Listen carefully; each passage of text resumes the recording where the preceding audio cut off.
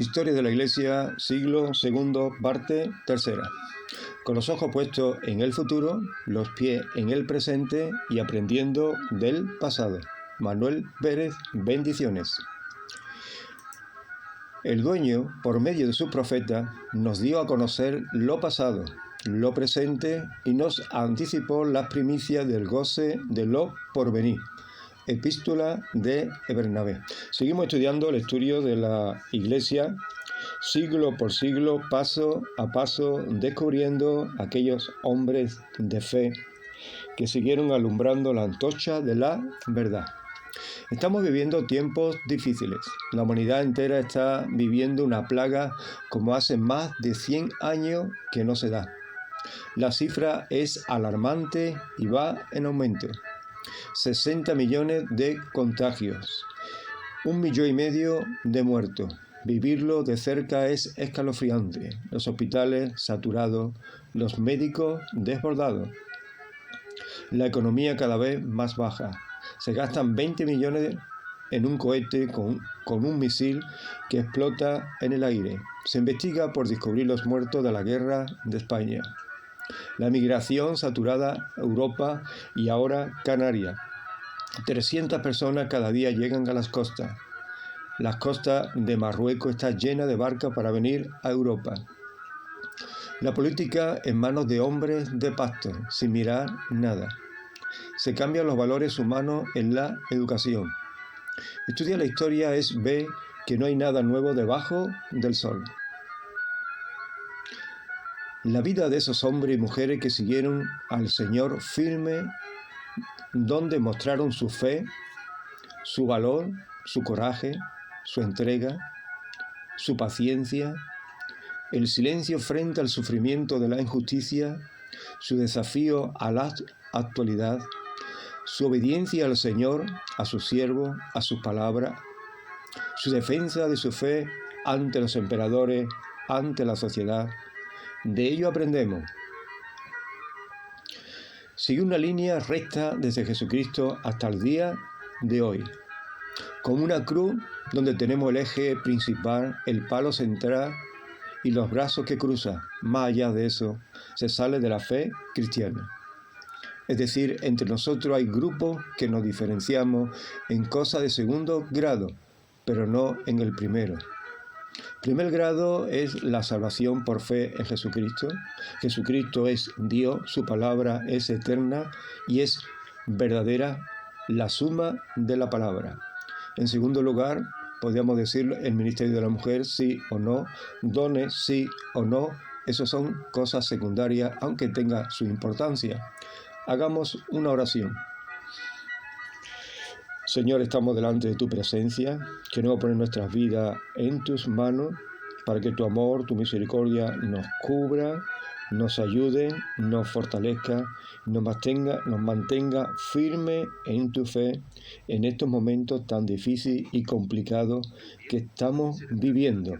Por eso pedimos, Señor, que tu amor nos cubra en todo momento para que tu gloria sea manifestada en cada uno de tus hijos que claman a ti día y noche. Señor, enséñanos a aprender de estos hombres que marcaron la historia a través de su ejemplo y de su testimonio. Para ti la gloria y la honra en el nombre de Jesucristo, Señor. Amén.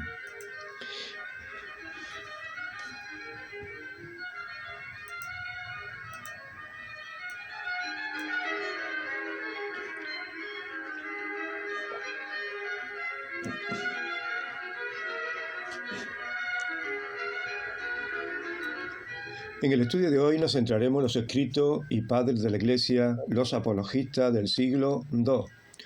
3 grandes hombres de fe: Ireneo de León, Clemente de Alejandría, filósofo, Tertuliano, abogado, y los escritos que circulaban de apoyo en este siglo, por ejemplo la Didache, fragmentos de Papía, epístola de Bernabé, carta a Dionetos, el pastor Herma, fragmento de Muratoris, la carta de Ireneo de León y contra los herejes.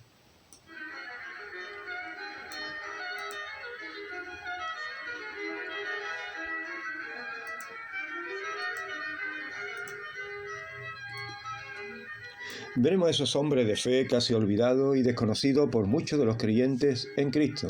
La Iglesia comenzó a andar en Pentecostés.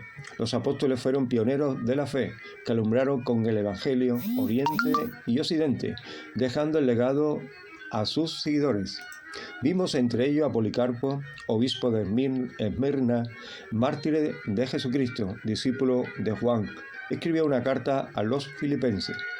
Ignacio de Antioquía, obispo y mártir en Roma por Cristo, hizo un viaje de Antioquía a Roma, donde escribió 7 cartas a las iglesias, entre ellas 2 a Policarpo. Clemente de Roma escribió una carta a los Corintios.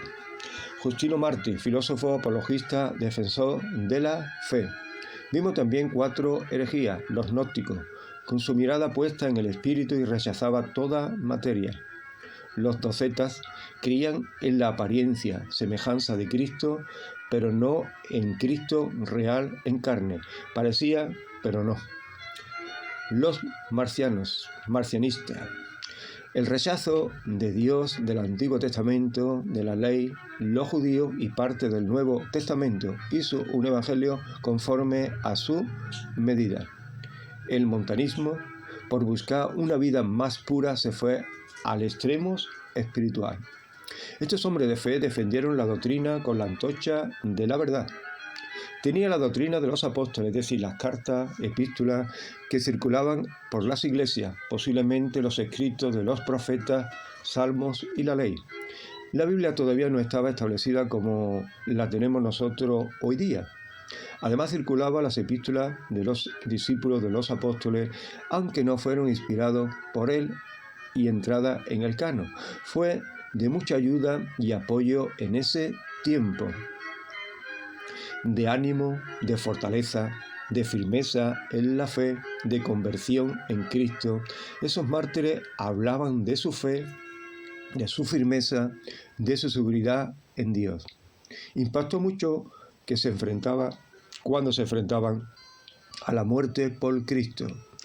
Hacía pensar a los filósofos, políticos y agentes de la sociedad. Algunos tenían normas de convivencia, de enseñanza sobre los mandamientos que les servían a las comunidades para ejercerlos, sobre la vida eclesial, sobre las ofrendas, sobre el bautismo, sobre la cena del Señor, la oración, el ayuno, los ministerios, la doctrina. Nota: ya en esta época era necesario diferenciar entre lo ortodoxo y lo apócrifo. Ortodoxo es lo que es correcto a la totalidad de la Biblia, es decir, solo los 66 libros inspirados y todo aquello que venga conforme a estos libros en su totalidad es ortodoxo. Si en parte y en otra parte no, es apócrifo. Apócrifo es los escritos que no fueron unidos al canon, que puede ser de enseñanza, de historia, de biografía, de geografía, de filosofía, de educación, pero solamente era de enseñanza. Tenemos algunos de ellos que fueron importantes en su tiempo, hasta establecer el canon de las Sagradas Escrituras. El primer libro que tenemos es la Didaché, enseñanza de los apóstoles. En esta época circulaba una carta llamada Didaché, la doctrina de los 12 apóstoles a las naciones. Es decir, los 12 apóstoles, aparte de los libros inspirados, que en aquella época no se sabían todavía cuáles eran en el Nuevo Testamento, ellos escribieron esta carta para que la iglesia se pudieran conducir y andar conforme a la voluntad de Dios. Hay una copia en la Biblioteca de Madrid. Se puede escuchar en audio o en libro por internet. interesante, te animo a que la puedas escuchar algún día que tenga tiempo. Está dividido en 12 partes, donde da consejos sobre la vida cristiana, sobre la conducta, cómo tenemos que conducirnos, cómo tenemos que orar, sobre la limosna, la ofrenda, el bautismo, las autoridades, los apóstoles, los profetas, la cena del Señor, la doctrina y el fin de los tiempos, escatología. Es muy interesante porque ya la Iglesia había recorrido un siglo, tenía experiencia en su comportamiento de vida eclesial.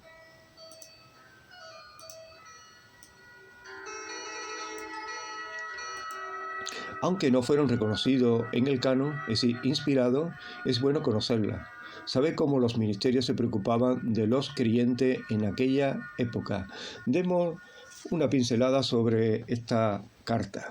Habla, en primer lugar, que hay dos caminos. Hay dos caminos, el de la vida y el de la muerte. Grande es la diferencia entre estos dos caminos. El camino de la vida es este. Ama en primer lugar a Dios que te ha creado y en segundo lugar a tu prójimo como a ti mismo. Todo lo que no quieres que se hagan contigo, no lo hagas tú con el otro. Camino de muerte. El camino de la muerte es este. Ante todo es malo, lleno de maldición. Homicidio, adulterio, concupiscencia, fornicaciones, robo, idolatría, magia, envenenamiento, rapiña, falso testimonio, hipocresía, dobleces, fraude, soberbia, maldad, egoísmo, codicia, deshonestidad en el hablar, celos, descaro, altanería y jactancia. El segundo mandamiento es amar al prójimo como a ti mismo, no sea de doble de mente o de lengua, pues el doble es lazo de muerte. Tus palabras no sean mentirosas ni vanas, sino que las cumpliera por las obras. No sea avaro, ni ladrón, ni hipócrita, ni malvado, ni soberbio. No trames planes malvados contra tu prójimo.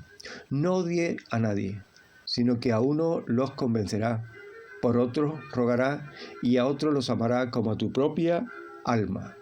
Apártate del mal, hijo mío, huye de todo lo que es malo y de todo lo que se le parezca.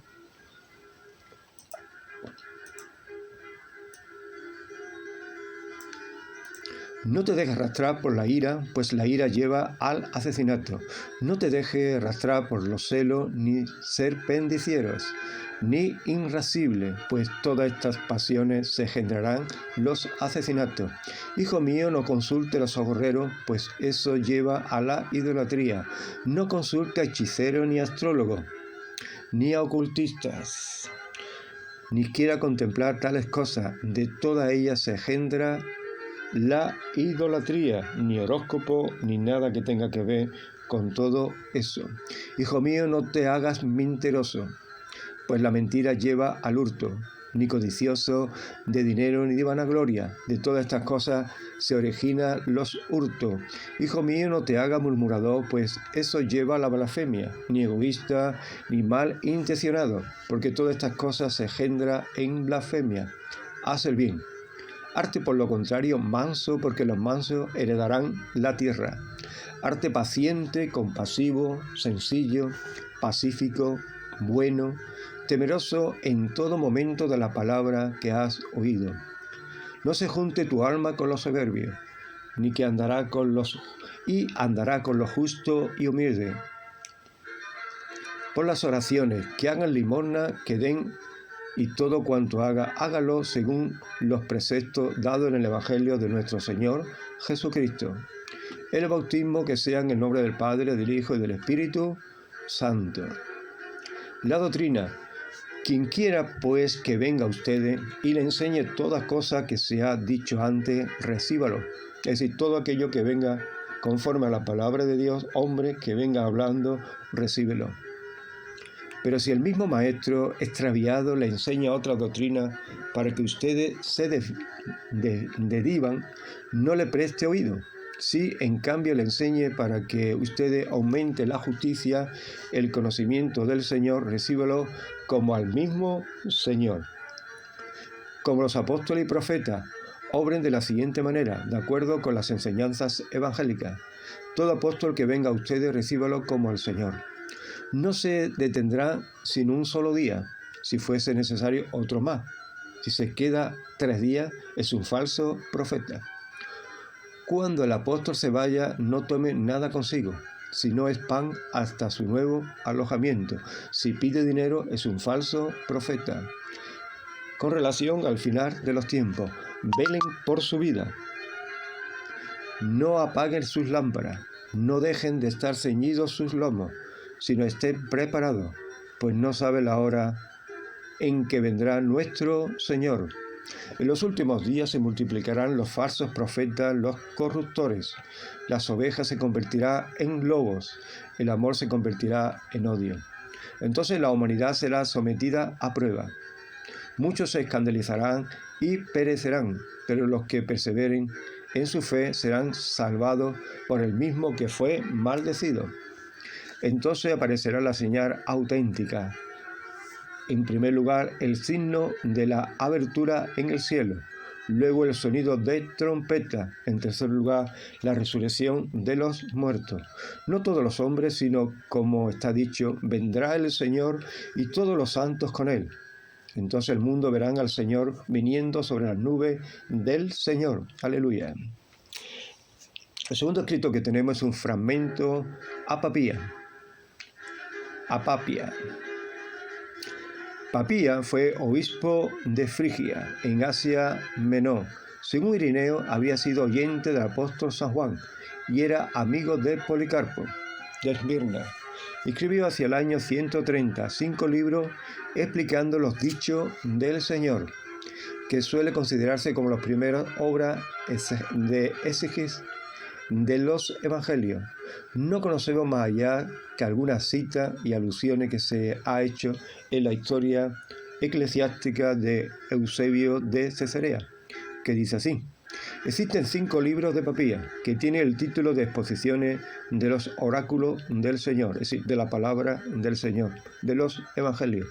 De este Ireneo hace también mención con los únicos libros que escribió, que las siguientes palabras: estas cosas testificó Papía, que fue oidor de Juan y compañero de Policarpo, un hombre digno antiguo, al escribir en el cuarto de sus libros, porque hay 5 libros compuestos por él, hasta aquí Ireneo.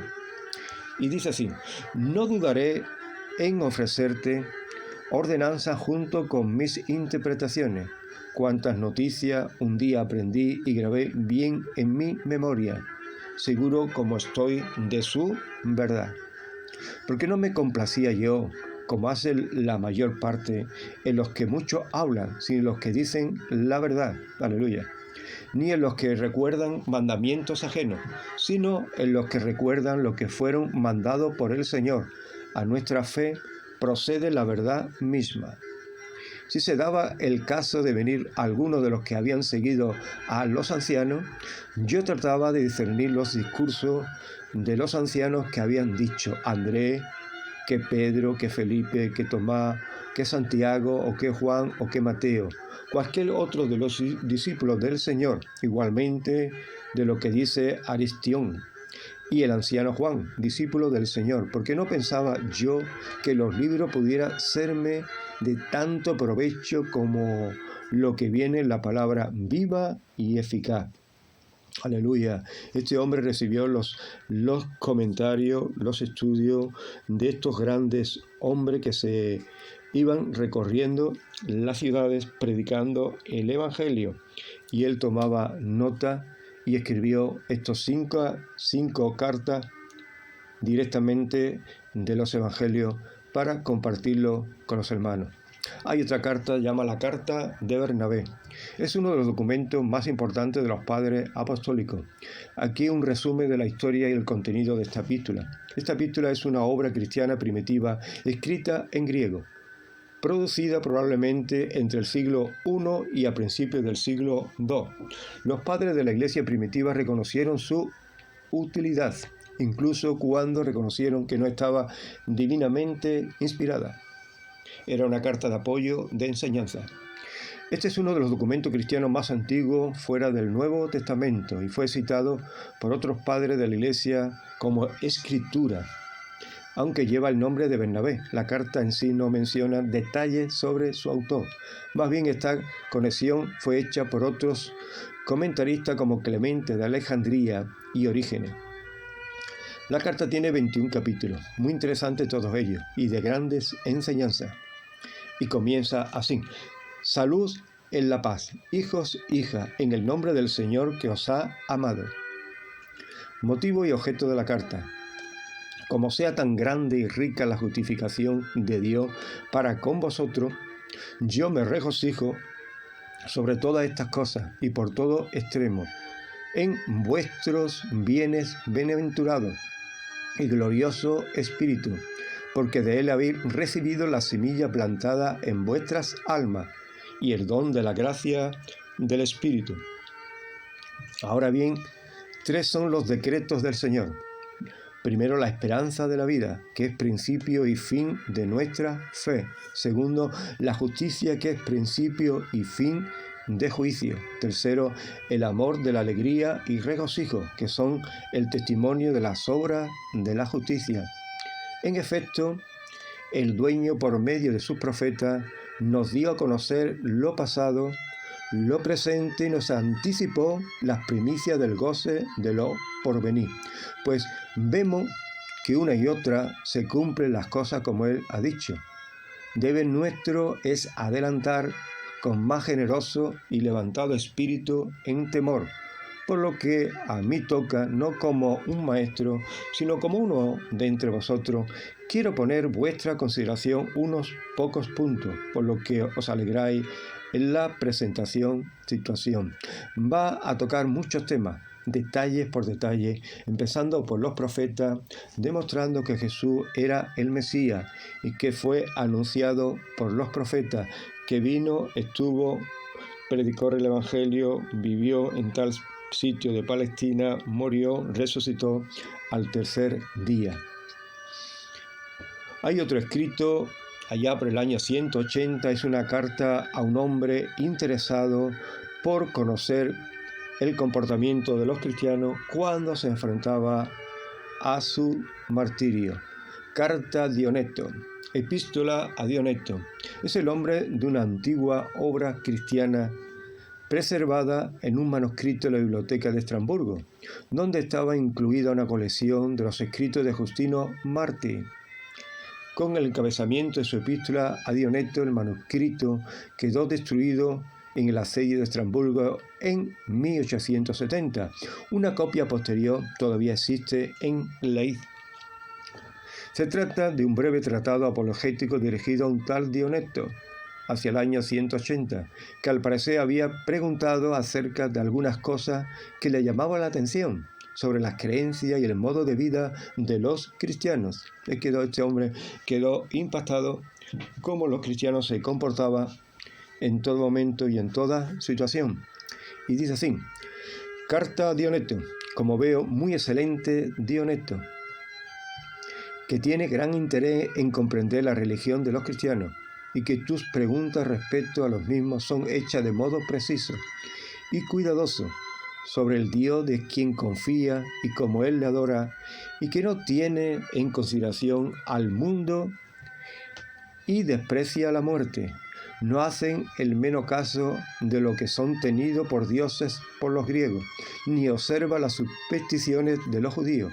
Y en cuanto a la naturaleza del afecto que se tienen los unos con los otros, de este nuevo desarrollo o interés que ha entrado en la vida de los hombres ahora y no antes, te doy para el bien por este celo, y pido a Dios que no proporciona tanto el hablar como el oír, que a mí me sean concedidos el hablar de tal forma que tú puedas ser hecho mejor por el oír a ti, que pueda escuchar de modo que el que habla no se vea decepcionado. Así pues, despréndete de todas las opiniones preconcebidas que ocupan tu mente y descarta el hábito que te extravía, y pasa a ser un nuevo hombre, por así decirlo, desde el principio, como uno que escucha una historia nueva, tal como tú has dicho de ti en carta Dioneto. Le va a explicar detalladamente por qué los cristianos dan la vida por Cristo, incluso se enfrenta a la muerte con gozo. Es porque Cristo ha cambiado su vida, le ha prometido una vida eterna y un estado con Él en toda la eternidad. Jesús es el Hijo de Dios, es decir, Dios mismo, el que le da el poder sobre los sacrificios. El Espíritu Santo lo sustenta, lo viste de poder, de coraje, y al mismo tiempo ese sufrimiento se le convierte en gozo y alegría. Muy interesante esta carta de apología a Dioneto. Hay otro más y es el pastor Hermas.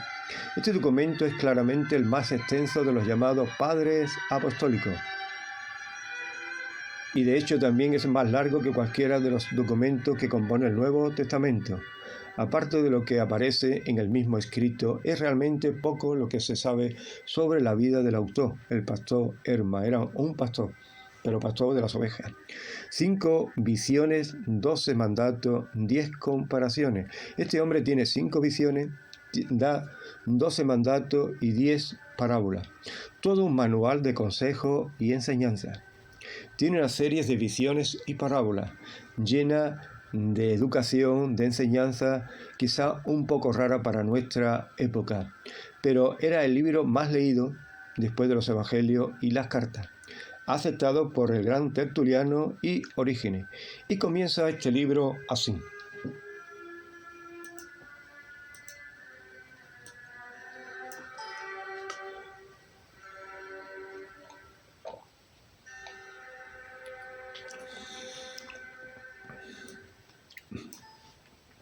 El amo que me crió me vendió a una tal Roda en Roma. Al cabo de muchos años la encontré de nuevo y empecé a amarla como a una hermana. Después de cierto tiempo la vi bañándose en el río Tíber. Le di la mano y la saqué del río. Al ver su hermosura, razoné en mi corazón diciendo, cuán feliz sería si tuviera una esposa así. En hermosura y en carácter. Reflexioné meramente sobre esto y nada más. Después de cierto tiempo, cuando estaba dirigiéndome a Cumas, glorificando las criaturas de Dios por su grandeza y esplendor y poder, mientras andaba me quedé dormido. Y el Espíritu cayó sobre mí, y se me llevó por un terreno sin camino, por el cual no podía pasar nadie, porque el lugar era muy abrupto y quebrantado por rajas, a causa de las aguas. Así pues, cuando hube cruzado el río, llegué a un país llano, me arrodillé y empecé a orar al Señor y a confesar mis pecados. Entonces, mientras oraba, se abrió el cielo y vi a la señora, a quien había deseado, saludándome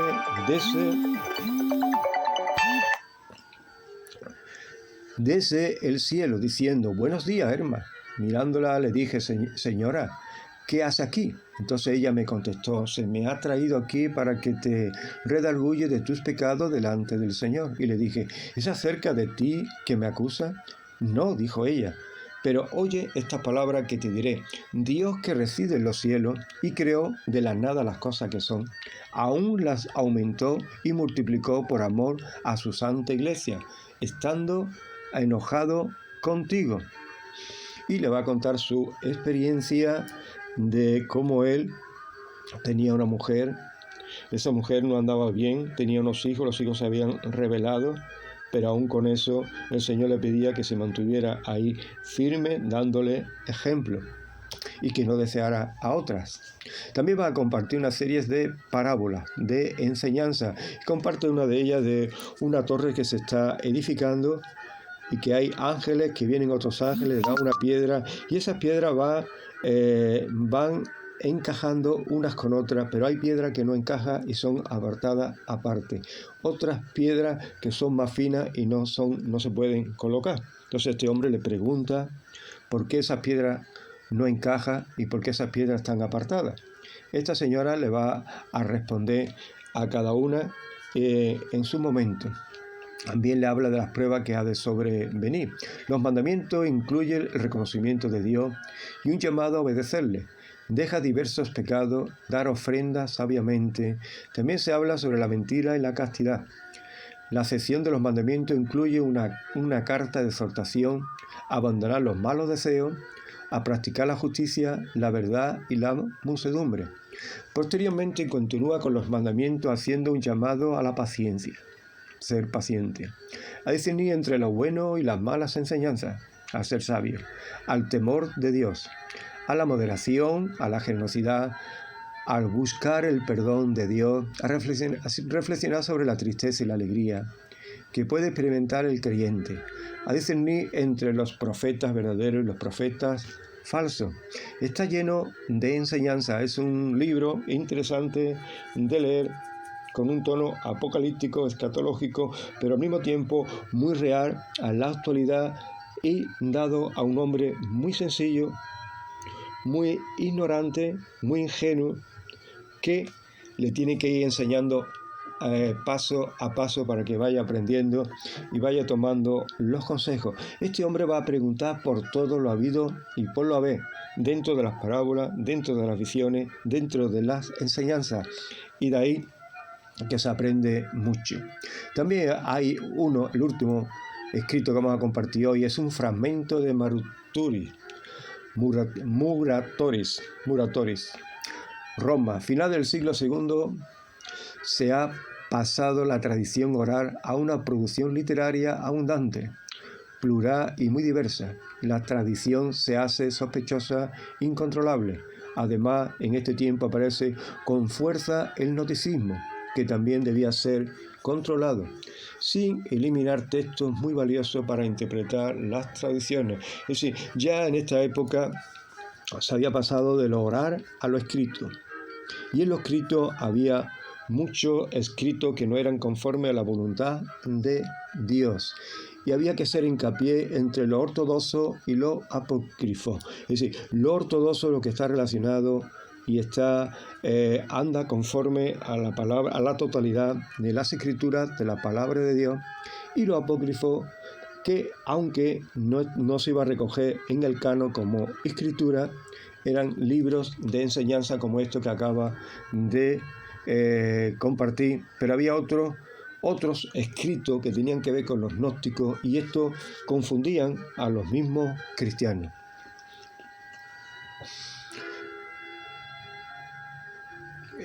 Se hacía necesario elaborar un canon bíblico, una norma autorizada para discernir entre los textos ortodoxos y apócrifos, entre los escritos que representaran la tradición apostólica y los escritos sectarios. El fragmento de Muratori tenemos ya este primer canon que reconoce los 4 evangelios como canónicos. Hubo que defender fuertemente en el siglo el 4º evangelio, causado abrir la tradición apostólica, un nuevo texto inspirado. Se acepta igualmente en el canon los Hechos de los Apóstoles, las cartas paulinas, incluidas las pastorales. También se excluye el Apocalipsis, 2 cartas de Juan, la carta de Judas. Todavía no se acepta el canon, las cartas de Hebreo, las cartas de Santiago, primera, segunda, de Pedro. Pero ya hay un canon que se está formando en este siglo II, que se terminará en el siglo IV, ya lo veremos. Discute su integridad en el canon el Apocalipsis de Pedro, sin duda sobre el pastor Hermas, si el pastor Hermas era inspirado o no era inspirado. Ya en el siglo IV tendremos el canon igual que hoy, es decir, ya en el siglo IV se va a componer los 66 libros de la Biblia. La carta de Ireneo de Lyon contra los herejes. Exposición de las doctrinas gnósticas. El prólogo del libro 1 descubre la preocupación de San Ireneo. Algunos rechazaban la verdad, introduce falsos discursos por medio de las argucias, tratan de engañar a los cristianos sencillos. Manipulan el sentido de la palabra divina, mienten sobre el Creador, presumen de un conocimiento gnosis reservado a ellos que los elevan por sobre el Creador, hasta un Padre Supremo que sería por naturaleza desconocido para todos. enteramente desconectado de este mundo. Sus métodos se descubren bajo el secreto reservado a los iniciados, por el secretismo y la apariencia de gnosis.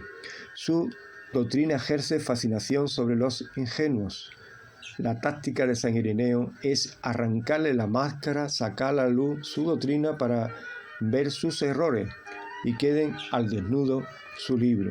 Luego desentraña sus enseñanzas para mostrar las contradicciones y suposiciones de la palabra de Dios. Es decir, San Ireneo lo que va a hacer es descubrir los errores que hay en esta gente que se decían que tenían un conocimiento superior, una gnosis que le hacía superiores a todos los cristianos, y rechazaba muchas cosas y estaban engañando a muchos de los cristianos de a pie.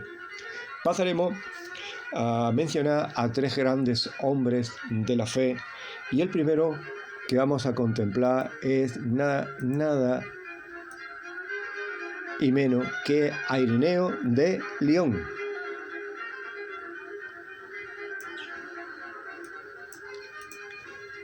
Padre de la Iglesia, teólogo más profundo, importante de este siglo. Es decir, tenemos aquí a un hombre destacado en su vida, en su enseñanza y en su comportamiento.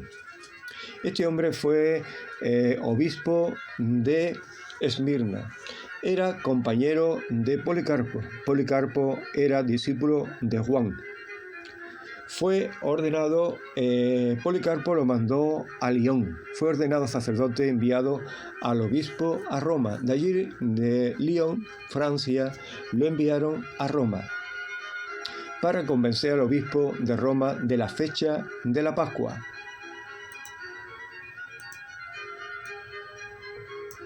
En Oriente se celebraba la Pascua en fecha del 14 de Nisan, en Occidente el domingo próximo al 14 de Nisan. Entonces, el obispo de Roma no estaba de acuerdo con los de Oriente. Por eso, este hombre, Ireneo, un hombre que hablaba muy bien, tenía buen conocimiento de las Escrituras, este hombre fue para convencer al obispo que se dejara así, como en Oriente, donde había surgido la fe en Jesucristo, o que se respetara la fecha, sea una o sea otra. Volvió a Galia, a Francia, en una persecución de los cristianos, y mataron al obispo Fortino. Allí fue nombrado obispo de Lyon. En aquella época hubo una gran pandemia. Esto fue en tiempo del emperador Marco Aurelio, y seguramente le echaron la culpa a los cristianos de no sacrificar a los dioses de esa pandemia. Murieron mucha gente y persiguieron a los cristianos hasta la muerte. Mataron a Fortino, el obispo. Cuando Ireneo llegó allí, fue nombrado obispo. Y allí empieza a escribir carta contra los gnósticos. Por su visión sintética, armoniosa, completa de toda su doctrina cristiana, su riqueza de pensamiento, su método riguroso, su estilo magistral, se le sitúa entre las grandes figuras de la historia del pensamiento cristiano. Dedicó muchos años a debatir contra las herejías que vimos en el audio anterior, contra los gnósticos. Descubrirlo pensaba por cristianos espirituales. Ireneo le quitaba la máscara. Como hoy día hay grupos que se llaman cristianos, pero niegan que Cristo es Dios, son falsos. La Escritura, San Ireneo los acusa de abusar de ella, entresacando vocablos y frases aisladas para explicarla de tal modo que apoye su doctrina cuyo origen toma de otras fuentes. Es decir, ellos tenían un pensamiento, tenían una doctrina, buscaban un texto de las Escrituras, apoyaban con ese texto y ya decían que eso era palabra de Dios. ¿Te recuerda algo eso? Lo que hace la mayoría de las sectas. Tiene una doctrina y busca como apoyo en las Sagradas Escrituras algún texto aislado. Parece que es palabra de Dios, acarreando más condenación sobre ellos mismos. A los gnósticos. El obispo de Lyon tiene a Simón el Mago como la semilla de todas las herejías gnósticas, atacando sus errores como los de otros de sus secuaces. Intenta destruir por su base las herejías que en su tiempo corroían la fe y la unidad de la Iglesia. Estos hombres se iban filtrando en las iglesias, pasaban como cristianos y contagiaban realmente a los cristianos, a los cristianos de a pie. Entonces Ireneo va a atacarle a cada uno de ellos. Una vida de lucha por la verdad. A través de la escritura, sus escritos estaban llenos de palabras de Dios que alumbraban la luz eterna. Como decía Pedro, tenemos la palabra profética más segura, a la cual hacéis bien de estar atento como una antorcha que alumbra en el lugar oscuro, hasta que el día aclarezca y el lucero de la mañana salga en vuestros corazones. Estamos viviendo tiempos de oscuridad, tiempo de mentira, tiempo de engaño. Necesitamos escudriñar las escrituras cada día para que nuestra vida sea empapada de ellas, nuestra mente sea alumbrada de la exposición de la palabra. Por eso te animo cada día a que la estudie, a que la escuche a través de los estudios devocionales, para que tu vida vaya creciendo en la verdad, y cuando te encuentres en la oscuridad y en la mentira, sepa discernir entre lo recto y lo torcido, entre lo sabio y lo necio, entre Dios y el mundo. Hay otro hombre, Tertuliano. Tertuliano fue un hombre de sus padres, eran paganos. Este hombre fue un gran apologista cristiano, considerado el máximo representante de la literatura cristiana anterior a San Agustín. Al parecer, su padre era centurión y Tertuliano recibió una esmerada educación en derecho, filosofía y retórica. Vivió un tiempo en Roma, donde probablemente ejerció como abogado y se interesó por el cristianismo. En su obra se hallan algunos testimonios acerca de sus desviaciones juveniles. Tertuliano confiesa haber sido pecador, frecuentador de espectáculos inmorales y adúltero. ¿Qué le hizo cambiar de vida?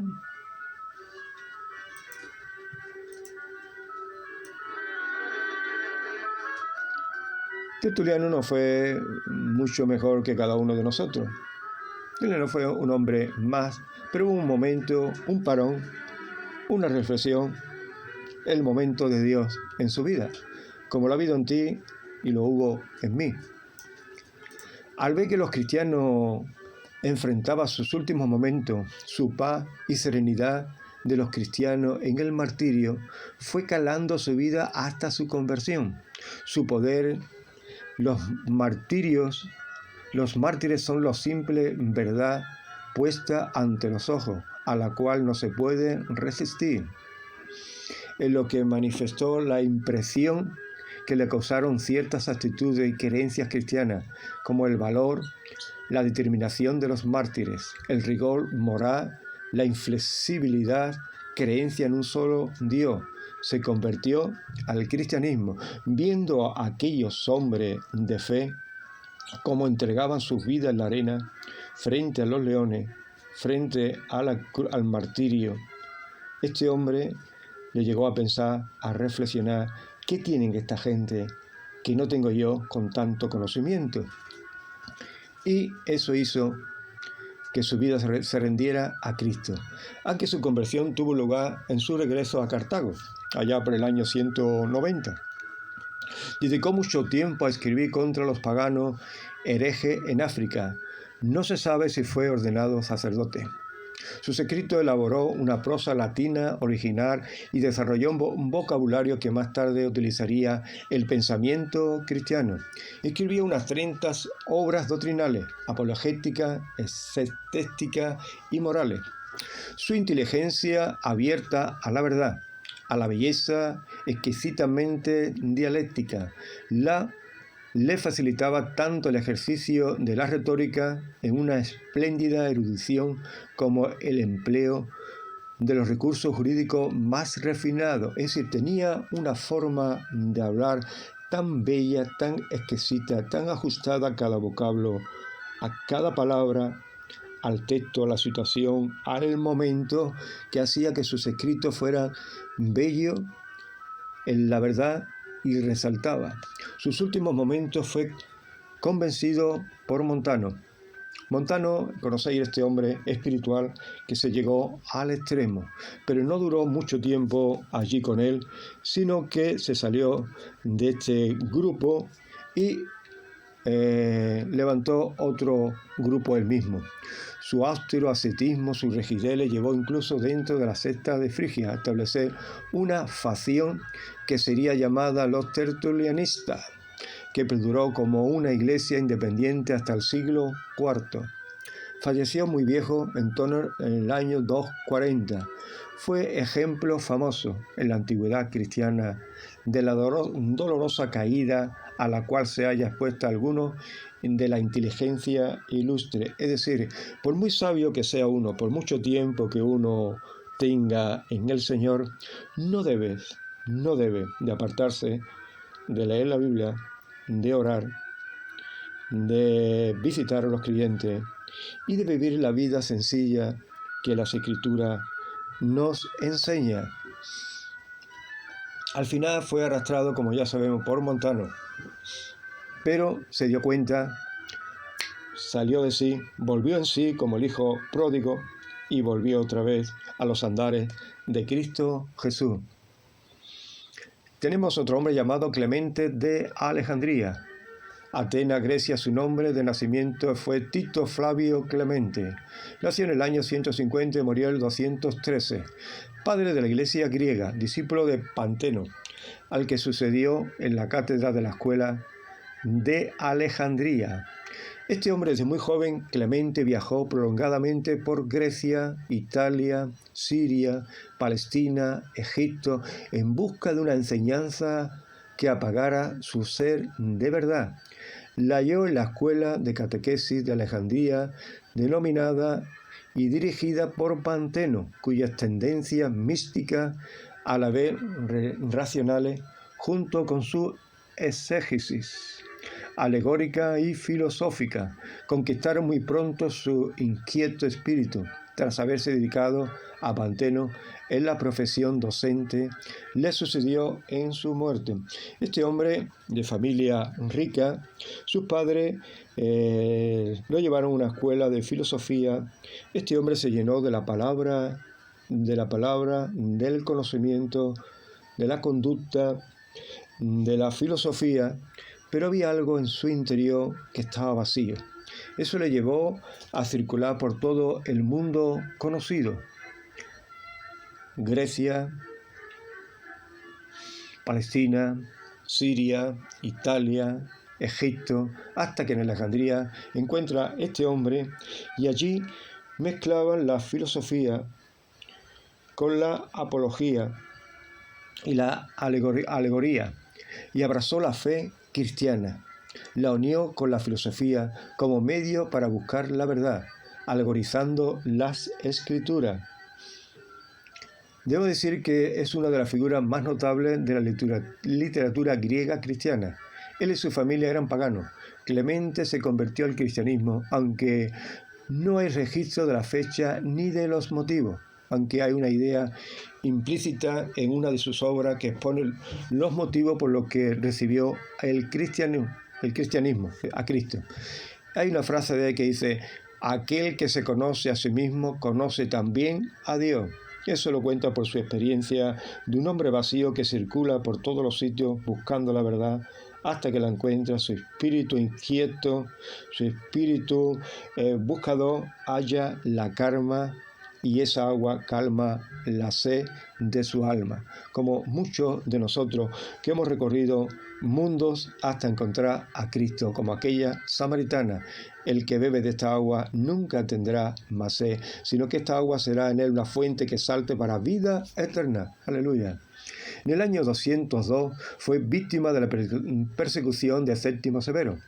Se vio obligado a abandonar Alejandría y buscar refugio en otras partes, hasta que se estableció en Capadocia y comenzó a desarrollar sus libros. En ello se propuso escribir sobre la defensa del cristianismo. muestra a los paganos lo vano que son los mitos, las leyendas griegas, la superioridad de la filosofía cristiana a la pagana. Comienza atacando los misterios y los oráculos, símbolos que poseían mucha importancia en el mundo pagano, aún más que las divinidades. Luego dedica que las divinidades solo son hombres divinizados. Asegura que el paganismo no sabe encontrar la respuesta a los tormentos del alma. En cambio, la Sagrada Escritura sí lo hace. Asegura con toda firmeza que el paganismo no sabe encontrar respuesta a los tormentos del alma. En cambio, la Sagrada Escritura sí lo hace. Él da testimonio de eso. Él buscaba por todos los sitios hasta encontrar. En definitiva, Clemente asegura que el cristianismo es la única fe en que el alma humana puede encontrar la paz y la serenidad. Aleluya. Cristo encuentra la paz y la seguridad.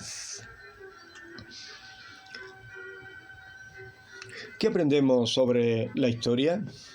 ¿Qué podemos ser de bendición los unos a los otros? Que nuestra reflexión es vida espiritual, que tenemos que prepararnos y estar alerta, que podemos ser influenciados como lo fue Tertuliano, Clemente de Alejandría, también por medio de la filosofía, tendencias filosóficas, que las herejías siguen hasta el día de hoy con otros trajes, que tú y yo estamos siendo escritos en un libro de la vida, que cuidemos nuestra vida espiritual, para no ser engañado por las artimañas del diablo. Por eso te animo a conocer la historia de la Iglesia paso a paso, a leer la Biblia como fuente de la verdad por sí sola. Recuerda, nadie saca oro de la tierra si no hay un trabajo antes.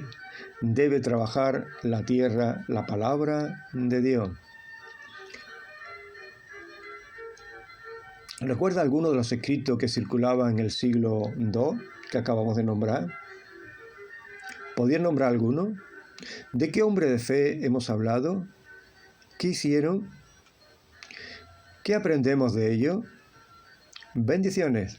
Hasta aquí el estudio de hoy de la historia de la Iglesia, esperando que te haya edificado y alumbrado tu interior y fortalecido viendo a estos hombres cómo se enfrentaron en su vida, en su testimonio, para dar fe de Jesucristo. Gloria a Dios. Que Dios te bendiga. Recuerda darle al like. Suscríbete para poder recibir los estudios. Bendiciones.